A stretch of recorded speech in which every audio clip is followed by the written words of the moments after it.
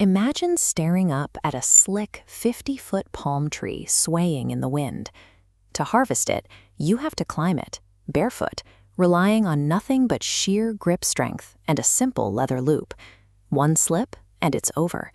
For generations in the Telugu-speaking regions, the toddy tapper makes this vertical gamble 3 times a day. There is a chilling local saying that every time the tapper ascends, his wife places her Mongol sutra, her wedding necklace, on the line. You would assume this kind of daily physical courage commands deep respect. Instead, the Goda community, the traditional toddy tappers, has historically been pushed to the margins, facing deeply entrenched caste prejudice. Their specialized labor is routinely dismissed as menial. Furthermore, their harvest, kalu, the naturally fermented palm sap, is frequently mocked, treated by the upper classes as a cheap vice compared to commercial, factory-made liquor. That brings us to Musthadu. Written by Sheelam Bhadraiah, this poetry collection breaks through those long-standing prejudices. It is the first modern free verse poetry volume entirely dedicated to the Goda experience. Bhadraiah uses language as a manifesto to dismantle these stigmas and reclaim his people's history. The poetry immediately strips away the image of the menial laborer.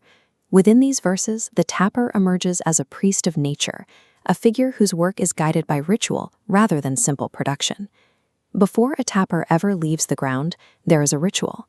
They pause at the base, bowing in deep prayer to the tree that provides their livelihood. In Bhadraiah's verses, the tapper becomes an astronaut of the rural landscape, the rare human who conquers gravity by walking vertically into the canopy. The poems describe the heavy climbing rope binding the man to the trunk as an umbilical cord connecting a child to its mother. The palm tree itself is elevated to a kalpavriksha in the biological wish-fulfilling tree that sustains the entire community. Drawing the sap is refrained from cutting a branch for a quick yield into a sacred harvest. By describing the action in this way, the grueling physical toll of the climb takes on a holy weight. The tapper is executing a divine mission, scaling the heights to bring the sky Ganges down to earth for everyone else. What happens when that harvest finally reaches the village below? It flows directly into the Manduva, the communal drinking spot beneath the trees. In Musthadu, this location serves a profound sociological purpose. Here, the fresh, natural kalu is poured out and shared among the exhausted workers at the end of the day. Bhadraiah points out that the Manduva acts as a powerful social equalizer. As cups are passed, the rigid, segregated caste lines of the outside world melt away into shared relief. This patch of dirt is a philosophical utopia.